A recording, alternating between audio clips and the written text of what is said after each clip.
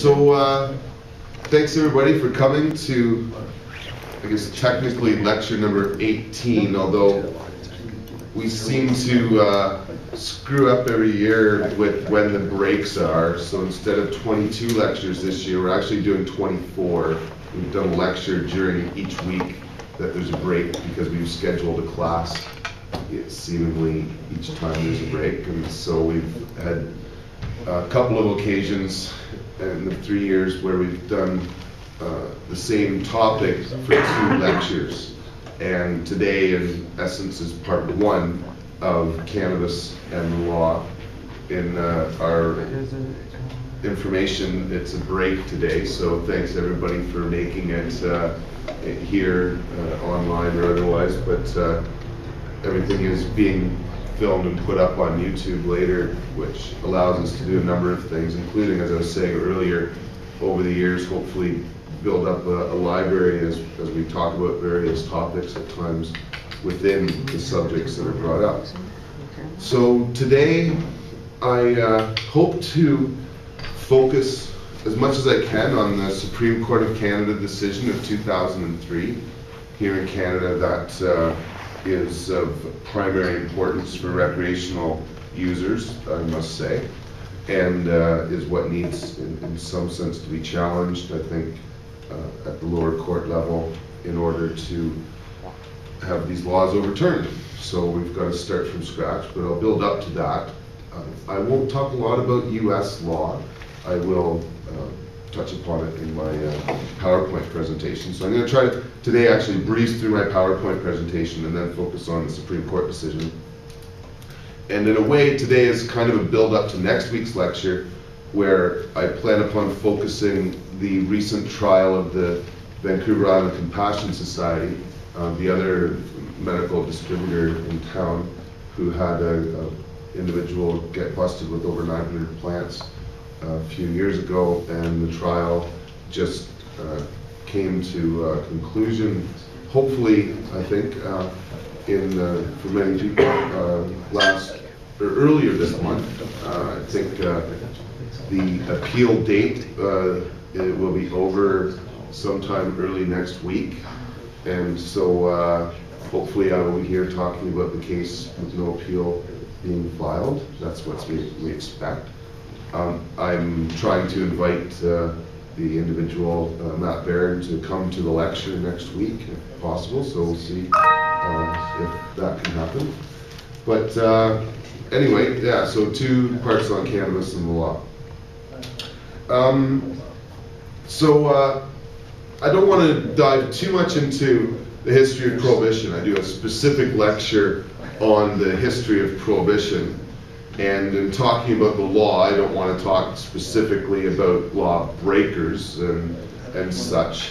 But it is certainly the case that almost since its very beginning, there have been people actively involved in breaking the prohibition laws that have been created, primarily, certainly at first, within various religious groups. Moses being the first one who documented the prohibition of the worship of other pagan religions, as they're become known as. As you may note here, many of us have come to believe that Jesus, being the rebel that he was, one of the things that he did against the rules was to make cannabis oil that had been, for the most part, kept to the priests of the Jewish priesthood, and certainly it was being used by other people around the world, but within the sort of world, you could say, the Jewish world that Jesus lived in, this anointing oil was just kept to the priest. No one else was allowed to touch it. And without getting into all the ceremonies involved there, Jesus seemingly used this cannabis oil, and we believe that very much because we've used it for skin products ourselves at the Buyers Club. It's an antibiotic, so right there and then it kills all sorts of stuff in the skin that is hard to kill. And so, Jesus going around using the anointing oil was actually an act of rebellion against the church. It wasn't written as such. and for the most part. But it certainly was in defiance of the priesthood who was trying to control the use of this plant for medicinal and healing purposes. So it's ironic that a couple of thousand years later we're in essence still fighting the same battle. So again, I've done a class on the history of Prohibition, so I'm skipping over many hundreds and really thousands of years to the last hundreds of years. As I've said, there's between 5 and 9 million people were killed in the witch hunts, so that is certainly something where it was just more than cannabis that people were being prohibited from doing, but it was one of many things. Certainly in the last century, well, it was first made illegal here in Canada in 1923. And again, I don't like to cover other lectures, so I talked about, we have another lecture actually on the 1937 Marijuana Tax Act, which was, for the most part, certainly in the United States, the real national trend towards cannabis laws that prohibited its use. Laws started popping up in different states, I think as early as 1915. Sometimes the laws, like I think the state laws in California, didn't necessarily prohibit it, but they taxed it, or they made it so cumbersome to apply for it that pharmacists would generally just give up on it. But I think when you look more and more at history, the more it becomes clear what the real target of cannabis prohibition was. And while we often think of the blacks and Hispanics certainly that were targeted by this, really the main target of prohibition has been the agricultural community and the people that live and breathe, in a sense, from and with the earth.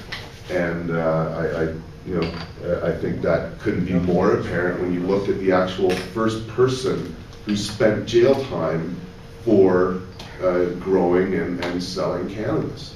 We're not talking about some kind of hardcore criminal. This man here spent 4 years of hard labor for selling a few joints of stuff that he had grown on his farm in the southern United States. Just average people trying to get by in the middle of the Depression. And so, really, farmers and the farming community have been one of the main targets that have been affected dramatically by prohibition, and we often forget that. But certainly, the real war on drugs started with Richard Nixon.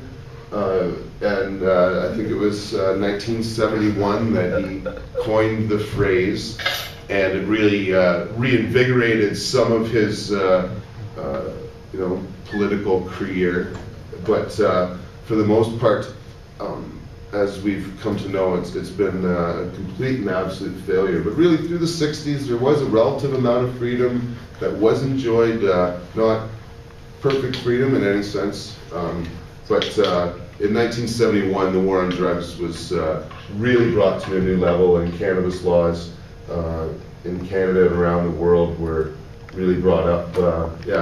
So I guess even skipping a little bit from there, we've along the way there's been a real focus in court and I guess on the streets in the area of medicinal use of cannabis. As I've said, next week's class I'm actually going to talk just about the medical uses of cannabis and the law. But it certainly should be noted that a lot of the advancements in court in the last 15 years in the United States and in Canada have been around the medicinal uses of cannabis. And it's been a very controversial issue, certainly in the United States. There's been a real battle going on with the DEA raiding clubs, and there being a real controversy between state laws and federal laws.